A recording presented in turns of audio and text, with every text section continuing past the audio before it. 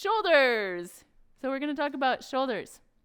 I want to tell you about what a beautiful structure they are and why they're so important and why they're so awesome to me. So we have the coordination of our arm, our humerus bone, our shoulder blade, which is scapula, and our clavicle, collarbone. So this coordination, all of this range of motion, I can swim through the rainy day here. All of this range of motion that's available to us has to be coordinated by a fan-shaped structure of muscles around the shoulder joint. This coordination is not always simple. We have all of those three bones I mentioned, coordinating the action with the rib cage and the neck. Gets pretty complicated, and it's a beautiful feat of engineering, the way that our arms can work.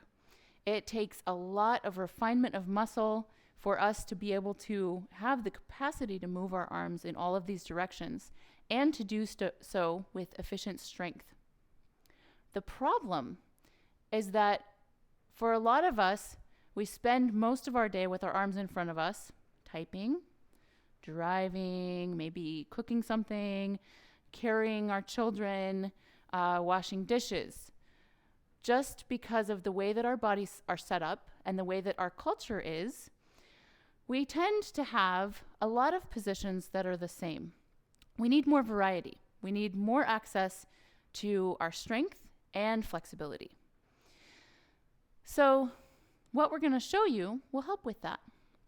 We've got a lot of things we're going to do to open up the front of the shoulder and to engage the back of the arm and the stabilizers of your scapula, your shoulder blade.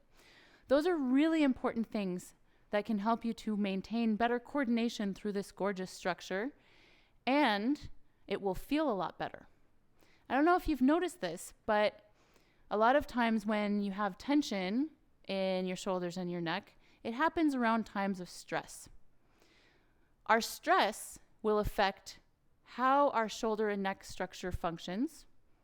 And in turn, when we get tension and stress in our shoulders and neck, it affects our emotion, our mood, our confidence. So both of those things will play off of each other. It's a very important thing to remember.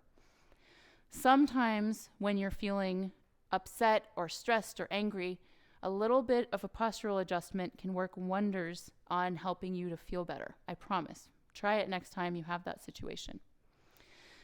So we're going to show you all of these things, and one simple thing you can do right now while you're watching this is to practice another spine stacking exercise. I showed you before that a lot of times we're collapsed forward, and you can think about stacking your head on top of your ribs, on top of your pelvis. So one of the most important things within that structure is where your head is sitting. You can see when I collapse this way, my head is really forward. That happens for so many of us in small and large ways throughout our lives. So if you imagine that you have a small bag of rice or a pillow on top of your head, you could even grab a pillow and put it there to try.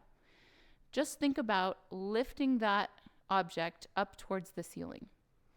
Even just imagining it will help, and it's a great way to help yourself become more aware of your head posture.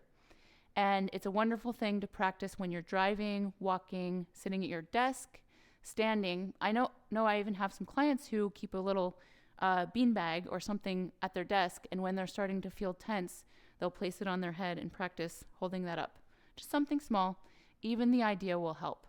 That will help to integrate your neck and your shoulders in the most basic way that is one of the biggest habits we all have that we need to work on to remain stronger and healthier in our upper body.